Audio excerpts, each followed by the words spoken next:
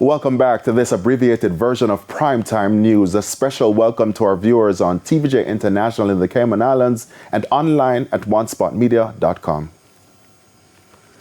There are heightened concerns this evening after a report sent to Parliament was reportedly returned to the Auditor General's office. Those were reports sent on December 28 and January 29. Shamela Pullen reports. The first report is a special audit of the Financial Services Commission. The second is a special audit of Tax Administration, Jamaica.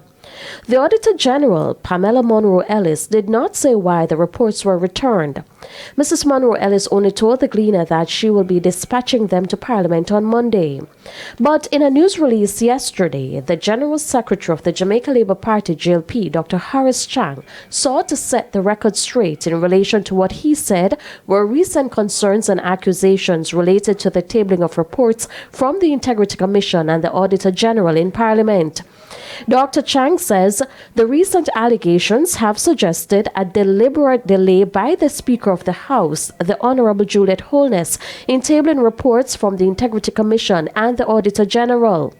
The release also said there were no outstanding reports from either the Integrity Commission or the Auditor General awaiting tabling in Parliament. Dr. Chang said this clarification is important as it directly contradicts the accusations leveled against the Speaker of the House. In the meantime, the People's National Party has reaffirmed its stance that there should be immediate tabling of reports from all investigative bodies upon submission to Parliament. The PNP has raised concern about changes in the tabling of reports from the Integrity Commission and Auditor General based on a ruling of the Speaker of the House. The party has suggested that the adjustment for the tabling of certain reports from the Integrity Commission was a deliberate act after the Integrity Commission's annual report was tabled in July last year, disclosing ongoing investigations involving 6 parliamentarians for illicit enrichment. The PNP says, additionally, the Speaker's ruling has hindered the prompt tabling of the Auditor General's performance audit reports sent to Parliament.